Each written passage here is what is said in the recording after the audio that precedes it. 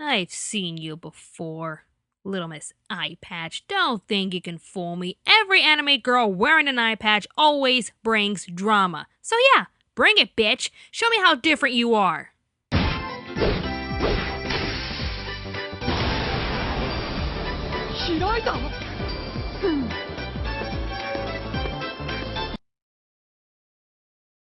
Go on.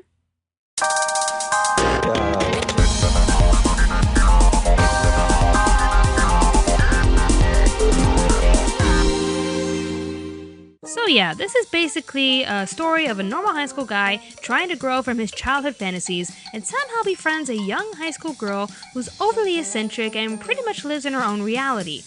Kinda reminds me of another couple. While as Haruhi is determined to find something fascinating in her own disappointing reality, Rika has already found it, but just in another reality. Some of her classmates think she's either weird or funny, and even her own sister thinks of her as a freak of nature who always has to be put down back into her place. Yuta is pretty much the only normal person who can relate to her since he used to be a Chuunibyou himself, but really he kinda pities her and really doesn't want to be associated with her. What a nice guy. However, since Rika knows his Dark Flame Master past and is practically his upstairs neighbor, now that's an entrance. She's determined to be his friend and make him into a proud Chuunibyou he used to be. I know this can be similar to Haruhi Suzumiya with the eccentric girl, the reality-dropping guy, and the cute redhead the main guy has a crush on. Oh, this is not copying the anime, is it? Still, this anime does work with just the characters alone. For one thing, these guys are 100% relatable. You know that feeling when you have to leave your childhood behind to grow up and become a young adult? It sucks, doesn't it? We never want to leave the playground, and don't even get us started about giving up cartoons. But yeah, as we get into high school, we are pressured by society and the media to put down our toys and grow up. These characters are pretty much going through that phase, but how do you react when a fellow student of theirs still lives in a fantasy? I can definitely relate to Rika and Yuta since I myself used to be a Chuunibyou. Yeah, you heard me. I was a Chuunibyou myself. Remember what I said in the top 10 best anime transformations? I would always, go into my room. Thank God my parents gave me cable in my bedroom. Just turn it to Cartoon Network and I would transform with Sailor Moon. I will not deny that fact. I transformed with Sailor Moon. I grew up with her. Yeah, I found reality to be boring as hell, so I made up my own little world. Made it somewhat awkward to socialize with others, but I still had my own little world where I was a Sailor Scout, a mystical goddess, and yeah, I watched a lot of Toonami. I know I can't be the only one out there, and now I have an anime to prove it. Getting back to the characters, they are just fascinating to watch. Yuta, he tries hard to maintain his normal life while helplessly getting involved with Rika's shenanigans. The Mikuru replacement Shinka is the popular girl in school who's relatively kind and sweet to everyone. Unlike Mikuru, she doesn't cry a lot, is independently strong, and doesn't get pushed around. Megan should be able to tolerate this redhead. Makoto is a cool friend, Sanae is another spastic Chuunibyou, and Tsurugi is just adorable. Did I mention that they put wings on a cat and call it a chimera? I want one. Favorite characters of mine have to be the sisters, Rika and Toka. Rika is stuck in her Chuunibyou world and is on a quest for the Deep Horizon. Her older sister Toka, according to Rika, is the overseeing priestess of the Deep Horizon, preventing her from finding the Deep Horizon. In reality, Toka tries her best to bring her sister back into reality while putting her crazy antics down with a ladle. Now that's just a bonus right there. That's just awesome. You're put down by a ladle.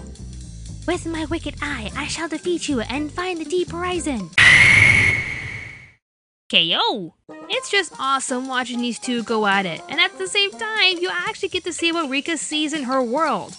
Whoa! Look at that impressive weapon she's wielding. It's so friggin' oh wait, it's just an umbrella in reality. Ladle to the head. If anything, Rika just makes this show work. She's eccentric, she's determined, she's all out serious about her world, and it's just fun to watch. I mean, look at these clips. この苦さ、やはり闇の組織が。というわけで、封印。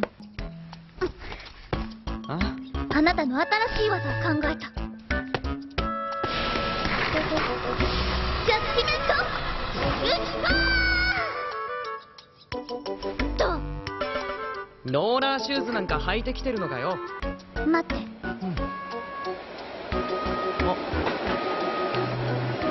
上、おい、高梨さん。左、右、左、電車が。はい、ここで効果を投入。え？このタイミングで BA って何？魔力の補給用ドリンク。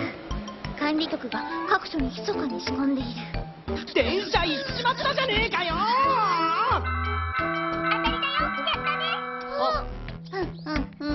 私の力を思い知ったか。いや、今お前すげえ意外そうな顔したし。You see this? This is just so much fun to watch. If you haven't seen this show, you have to. If Waiting in the Summer never came out in 2012, this would have been the best anime of 2012. And it's why it got runner-up for Best Anime, Best Female Character Rieka Takanashi, and my pick for my favorite anime. It's fun, it's enjoyable, and the ending just fits perfectly. I dare not spoil it. It just makes sense. If you're looking for a fun anime with awesome characters, go watch Chuunibyou. More reviews are on the way, as well as other videos. In the meantime, be sure to check out our Facebook page and like us. If you wish to support our production by purchasing our merchandise, just go to www.cafepress.com/AnimeAmericaPodcast. Thank you for watching, and stay tuned to Anime America. Due to a tragic accident, I can't remember anything past 13 hours previous. It's called antegrade amnesia. Now I carry this diary to make sure I write down everything that happens. I am a girl who doesn't exist. You shouldn't be near me, or else you'll share my fate. This eye, it's a doll.